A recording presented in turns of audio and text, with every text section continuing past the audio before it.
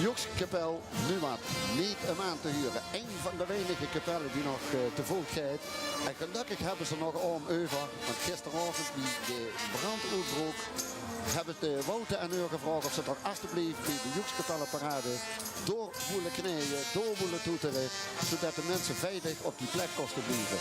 Dus hulde ook aan de Joekskapel. Nu nog in de midden met Joep Schoeren op de Dieketrom. Dit jaar voor de laatste keer. Volgend jaar staat hij op de Roodswagen.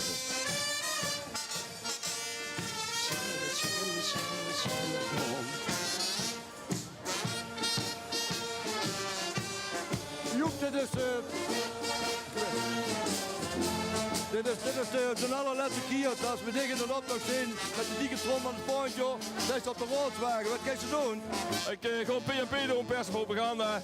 Dus ik neem mijn afscheid van mijn Dieketrom. Allerlaatste groeten optocht met de Dieketrom. Maar met zonweer super aanschiet. Een klein truintje van overlopen. Ik verstond er niks van, maar ik zeg maar ja. Dat doen we.